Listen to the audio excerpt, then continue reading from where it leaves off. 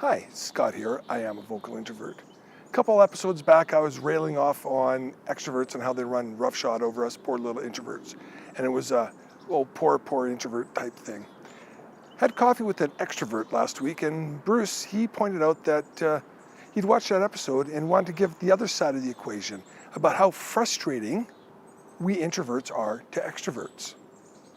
And about how if he's sitting at a meeting and they're having topics that are being discussed, and he says, and he knows that there's people at the table who know their shit and should be speaking up about this, but because they're introverts, they're sitting there and they're thinking about all this stuff.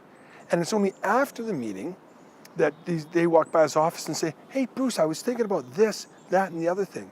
And Bruce goes, well, that'd be really great if you had been talking about that during the meeting before we made decisions. So one of the things that Bruce says is it's tough for him to sit there and try and draw that information out of an introvert because he knows that it's in there. And so at the end of the day, what he has to do is he has to provide introverts with lead time at a meeting, send them the agenda, what it is that's going to be talked about and what outcomes are required a day or two beforehand, so that the introvert has time to have that pre-thinking before the actual meeting itself. Otherwise, what ends up happening is when things are presented at the meeting, the introvert has to think and talk in that same slot of time. So Bruce provides them that time ahead of it, so that when they do come to the meeting, they have a good idea as to what it is they're going to say, and they can express those ideas because they've thought about it. And I applaud Bruce for realizing that and knowing how to work and help out an introvert. And I'm going to think about what things an introvert can do to help an extrovert when it comes to things that they do.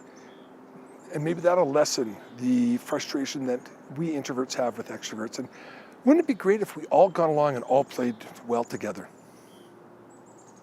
And as an introvert, we need to stand up for ourselves and talk about, we need the agenda a day or two ahead of time so that we can have some settle time on this, so we're not just shooting from the hip. And if you want us to be involved, and if you want our ideas, you need to do this for us. And it's a way of standing up and saying, if we're going to work, here's kind of what you need to do for us. And at the same time, find out what it is that we can do for extroverts. So I toss that out to you people as to what can we do to help our extroverted friends so that we all succeed at the end of the day, because it's not just about us poor innies and how poor we are and we get run over.